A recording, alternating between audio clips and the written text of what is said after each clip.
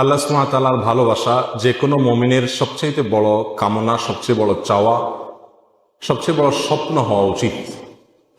আর আল্লাহ সুবহানাহু ওয়া তাআলা যখন কোনো বান্দাকে ভালোবাসেন, আল্লাহ সুবহানাহু ওয়া তাআলা যখন কাউকে পছন্দ করেন, তখন বেশ কিছু আলামত আছে, বেশ কিছু চিহ্ন আছে যেগুলো দেখে আমরা অনুমান করতে পারি, ধারণা করতে পারি আল্লাহ সুবহানাহু ওয়া তাআলা কাকে ভালোবাসেন আর কাকে ভালোবাসেন না। আল্লাহ সুবহানাহু ওয়া তাআলার ভালোবাসার যে সকল আলামতের কথা নবী আলাইহিস সালামের হাদিসে এসেছে, তার মধ্য থেকে আমরা 4টি আলামতের কথা আজকে উল্লেখ করব ইনশাআল্লাহ বিইذنিল্লাহ। তার প্রথম আলামতটি প্রায় বেশিরভাগ হাদিসের কিতাবে বর্ণিত হয়েছে, যে রাসূল করিম সাল্লাল্লাহু আলাইহি ওয়াসাল্লাম ইরশাদ করেছেন, আল্লাহ সুবহানাহু ওয়া তাআলা যখন কোনো বান্দাকে ভালোবাসেন তখন তিনি জিবরিলকে নির্দেশ করে বলেন যে অমুকের তার আমলের কারণে, তার চিন্তাধারার কারণে, তার চলাফেরার বিশুদ্ধ উপায় এবং পদ্ধতির কারণে আমি তাকে ভালোবাসি। আল্লাহ সুবহানাহু ওয়া তাআলা ভালোবাসাকে তখন জানিয়ে দেন, তখন তিনি জিবরিলকে নির্দেশ করেন তুমিও তাকে ভালোবাসো। তখন জিবরিল আসমানে ঘোষণা দেন যে আল্লাহ অমুককে ভালোবেসেছেন, তাই আল্লাহ নির্দেশ করেছেন ভালোবাসার, তোমরাও তাকে ভালোবাসো। আসমানওয়ালারা অর্থাৎ ফেরেশতারা সকলে তার প্রতি ভালোবাসা প্রকাশ করেন। তখন আল্লাহ সুবহানাহু ওয়া তাআলা স্বয়ংক্রিয়ভাবে পৃথিবীতে যারা বসবাস করে তাদের অন্তরে ওই ব্যক্তির প্রতি ভালোবাসা সৃষ্টি করে দেন। বর্ণাকারী বলেন, আর যদি কাউকে আল্লাহ সুবহানাহু ওয়া তাআলা ঘৃণা করেন, অপছন্দ করেন, একইভাবে অর্থাৎ জিবরিলকে ডেকে বলেন আল্লাহ সুবহানাহু ওয়া তাআলা আমি অমুককে তার কর্মের কারণে তাকে আমি অপছন্দ করি, তুমি অপছন্দ করো। আসমানওয়ালারা অপছন্দ করে, তারপরে জমিনওয়ালা বা পৃথিবীবাসীও তাকে অপছন্দ করতে থাকে। নাম্বার 2, আল্লাহ সুবহানাহু ওয়া তাআলা যখন কোনো মানুষকে ভালোবাসেন, কাউকে পছন্দ করেন, সেটা আমরা কিভাবে বুঝবো? তার দ্বিতীয় আলামত হলো আল্লাহ যাকে ভালোবাসেন তাকে বিপদ আপদ দেন, তাকে মুসিবত দেন, তাকে কষ্ট দেন। এটা হলো একটা আলামত যে আল্লাহ সুবহানাহু ওয়া তাআলা ওই লোকটাকে ভালোবাসেন।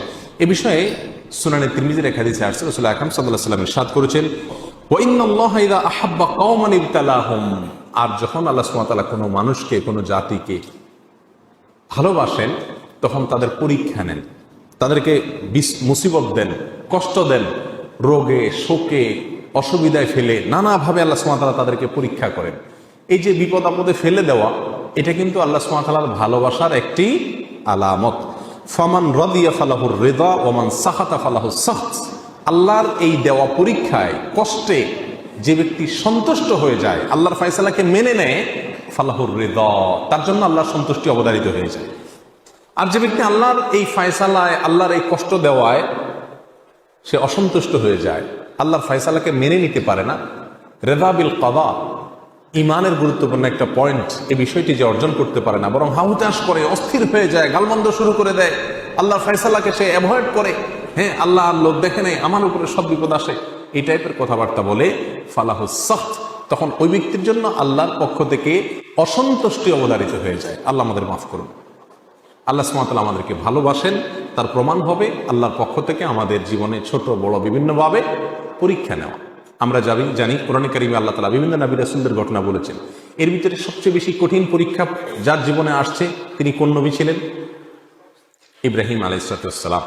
ইব্রাহিম আলাইহিস সালাম সম্পর্কে আল্লাহ সুবহানাহু ওয়া তাআলা কোরআনে কারিমে একাধিক জায়গায় বলেছেন কি কি পরীক্ষা নিয়েছেন। ওয়া ইয ইবতালা ইব্রাহিম, যখন আল্লাহ সুবহানাহু ওয়া তাআলা ইব্রাহিমের পরীক্ষা নিয়েছেন, ইব্রাহিমের পরীক্ষা আল্লাহ তাআলা নিয়েছেন। কেন ইব্রাহিমের পরীক্ষা নিয়েছেন? আল্লাহ তো ফেরাউনের পরীক্ষা নেন নাই, আল্লাহ তো বলেন না আল্লাহ নমরুদের পরীক্ষা নিয়েছেন, আল্লাহ এটা বলেন নাই কোরআনে কোথাও যে আল্লাহ আবু জাহালের পরীক্ষা নিয়েছেন, আবু লাহাবের পরীক্ষা নিয়েছেন। তারা তো স্টুডেন্টই না, তারা তো আল্লাহর বান্দাই না, নেককার বান্দাই না, মুমিন বান্দাই না, যার কারণে তাদের পরীক্ষা নেওয়ার প্রশ্ন নাই।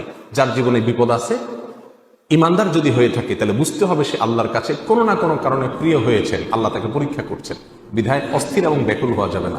আল্লাহ তাআলা আমাদের তৌফিক দান করুন। তাহলে দ্বিতীয় আলামতটি আমরা পেলাম আল্লাহর ভালোবাসা। তৃতীয়, আল্লাহ যখন আমাদের কাউকে ভালোবাসেন তার আলামত কি? এটা বড় জটিল আলামত, বড় কঠিন আলামত। তার আলামত হলো আল্লাহ সুবহানাহু ওয়া তাআলা তাকে দুনিয়া থেকে দূরে সরায় রাখেন, দুনিয়ার সাথে মিশে হাবুডুবু খেয়ে একাকার হয়ে যাওয়া থেকে আল্লাহ তাআলা হেফাজত করেন।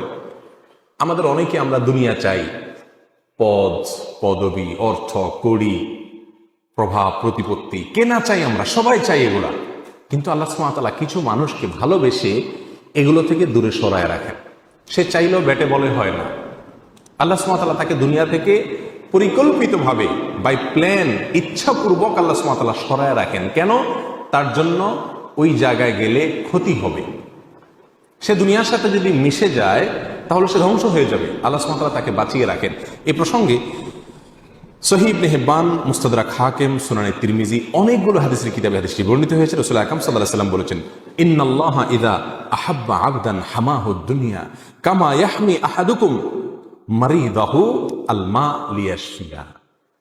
তোমাদের কেউ তোমাদের প্রিয়জনরা অসুস্থ হলে যেই রোগে পানি টাচ করলে অসুবিধা হবে তাকে যেরকম পানি থেকে তোমরা বাঁচিয়ে রাখো, আল্লাহ যখন কোনো মানুষকে ভালোবাসেন তার আল্লাহর ভালোবাসার মানুষটাকে আল্লাহ তাআলা দুনিয়া থেকে এরকম বাঁচিয়ে রাখেন। দুনিয়া থেকে আল্লাহ সুবহানাহু ওয়া তাআলা এরকম বাঁচিয়ে রাখেন। এখন চিন্তা করেন, আপনার জীবনের যত অপ্রাপ্তি, আমাদের জীবনে যত অপ্রাপ্তি, যত চাওয়া আমাদের পূরণ হলো না, আল্লাহ সুবহানাহু ওয়া তাআলা যদি এটা আমাকে পরিকল্পিতভাবে ভালোবাসেন বিধায় আমাকে এখান থেকে সরিয়ে রাখেন, তাহলে আমি যা হারালাম তার চাইতে পেলাম অনেক বড় কিছু। আল্লাহর ভালোবাসা পেলাম, আল্লাহর পছন্দনীয় মানুষের তালিকায় চলে গেলাম, অনন্ত অসীমকালের সুখ সমৃদ্ধি আমার হয়ে গেল। অতএব দুনিয়ার কোনো কিছু না পেলে মুমিন কখনো বিচলিত হয়ে পাগল করা হয়ে যাবে না। আমরা যে অস্থির হয়ে যাই, এটা হলো আমাদের ইমানের দুর্বলতা, এছাড়া আর কিছু না। আল্লাহ সুবহানাহু ওয়া তাআলা আমাদের সকলকে বুঝার তৌফিক দান করুন। এই বিষয়ে বেশ অনেকগুলো হাদিস পাওয়া যায়, আমি শুধু একটি উল্লেখ করলাম। একই অর্থের একই বিষয়কে প্রমাণ করে নানামুখী বিভিন্ন রকমের হাদিস পাওয়া যায়। এই সবগুলো হাদিসের খোলাসা কথা একটাই, আল্লাহ তার প্রিয় বান্দাদেরকে সচরাচর দুনিয়া থেকে একটু দূরে রাখেন। এর মানে কিন্তু আবার এটা না যে আল্লাহ তাআলা কাউকে দুনিয়া দিলে তার মানে আল্লাহর কাছে সে ঘৃণিত ব্যক্তি না। আল্লাহ তার প্রিয় বান্দাদের কাউকে কাউকে দুনিয়া দিয়েছেন। যেমন ওসমান রাদিয়াল্লাহু তাআলা আনহু, তাকে আল্লাহ তাআলা দুনিয়া দিয়েছেন, আবার তাকে আল্লাহ ভালোবাসতেন। সুলাইমান আলাইহিস সালামকে আল্লাহ তাআলা দুনিয়া দিয়েছেন, আবার তাকে ভালোবাসতেন। দাউদ আলাইহিস সালামকে আল্লাহ তাআলা দুনিয়া দিয়েছেন, আবার তাকে ভালোবাসতেন।